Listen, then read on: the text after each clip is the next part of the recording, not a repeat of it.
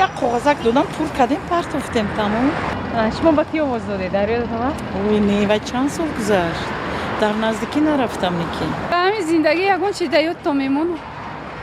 از همون انتخابات هیچ در یادتون نیست؟ نه. یگان بار انتخابات رفته؟ رفتگی ما نکن در یادم نیست راستیگه.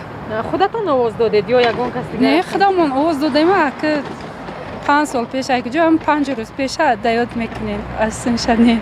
چند نامگو بود کسی که آواز میدادی اختیاری بود دیگه مجبوری نبود. شما کی را انتخاب کردید؟ باشه فراموش کرد 5 سال بود فراموش کردم. میدونسته مثلا برای چی همین آدم انتخاب میکنید؟ اگه خوندگی نبودم پروگرامش رو سری چی درو بود خوندگی نبود پروگرامش. هم تو رفته انتخاب کردید. برای چی؟ خیر معقول شده آواز داده. پارلمان 5 سال پیش هم بد نبود.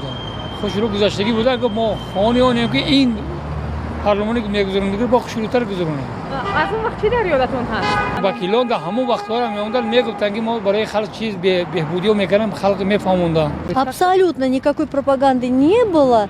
И я даже вот, некоторых депутатов даже в лицо не знаю, просто иногда смотрю телевизор и вижу там собрание это и не более того. در خانه می آمدن به خانه را میگفتن نامزدش از صورتش وای میکردن. لکن خیلی نمیدونم ابی یادم نیست.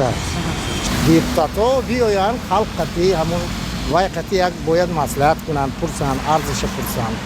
همین چی کمبودی هست؟ انا چی کار میکنن و یا ما باید بشناسیم دیپتات هم. نه با یگان نرفتم نمیدونم. برای چی؟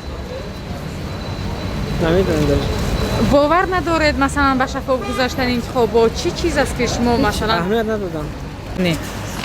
برای چی؟ لوچی اینجا پایگون کسی دیگه پرسید. برای چی؟ اینا همش برای همون کرسی هن.